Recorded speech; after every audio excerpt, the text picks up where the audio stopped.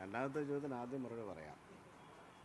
CPM-ൻ്റെ ഭാഗത്തു നിന്നുള്ള നടപടി അത് അവരുടെ സംഘടനാ വിഷയമാണ്. അത് അവർ സംഘടനാ തലത്തിൽ ആലോചിച്ച് നടപ്പിലാക്കിയ കാര്യമാണ്. അതിന് കേരള കോൺഗ്രസുമായിട്ട് യാതൊരു ബന്ധവുമില്ല.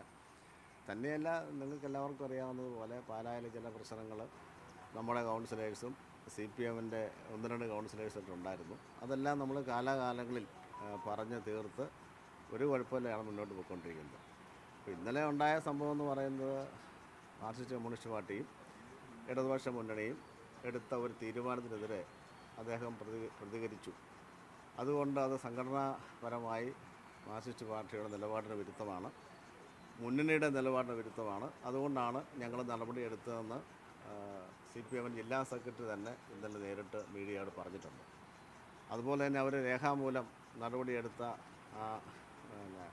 റിലീസിൽ തന്നെ പറഞ്ഞിരിക്കുന്നത് പാർട്ടിക്ക് വിരുദ്ധമായി, ഇടതുപക്ഷ മുന്നണിക്ക് വിരുദ്ധമായി നിലപാടെടുത്ത അല്ലെങ്കിൽ മീഡിയ വർത്തമാനം പറഞ്ഞ അവരുടെ ബ്രാഞ്ച് ഭാരവാഹിയായ വിനുവിനെ എതിരെ നടപടിയെടുക്കുന്നു എന്നാണ് ജില്ലാ സെക്രട്ടറിയും ഏരിയ സെക്രട്ടറി ലെറ്റർ പാർട്ടിലും കണ്ടത്. അപ്പോൾ അതിന് കേരള കോൺഗ്രസുമായിട്ട് യാതൊരു ബന്ധവുമില്ല.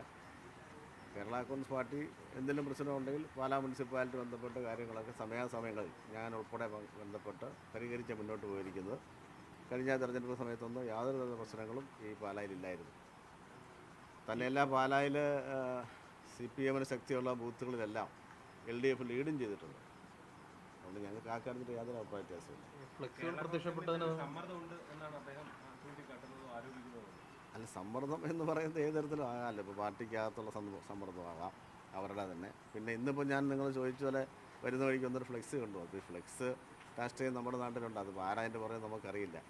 പിന്നെ അത് പ്രഥമ ദൃഷ്ടിയ ബോധ്യമാകുന്ന പടവും ഉണ്ടല്ലോ ഫ്ലെക്സിൽ.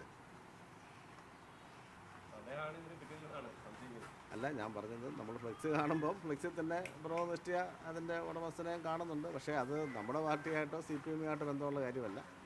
അത് ഫ്ലെക്സ് രാഷ്ട്രീയം കളിക്കുന്നവർക്ക് ആ നിലയ്ക്ക് ഉള്ള പ്രകടനമാണ് നമ്മൾ കണ്ടുകൊണ്ടിരിക്കുന്നത്. യാതൊരു അടിസ്ഥാനമില്ലല്ലോ. നമുക്കറിയാമല്ലോ, ഈ പാലായും കോട്ടയം പാർലമെൻറ്റ് കോൺസ്റ്റിറ്റ്യുവൻസിൽ ഏറ്റവും കൂടുതൽ വികസനം നടത്തിയ ആളാണ് ജോസ് കെ മാണി. 2 പ്രാവശ്യം അദ്ദേഹം MP ആയിരുന്നു ലോകസഭയിൽ, രാജ്യസഭയിൽ ഇപ്പോൾ അദ്ദേഹം MP ആണ്.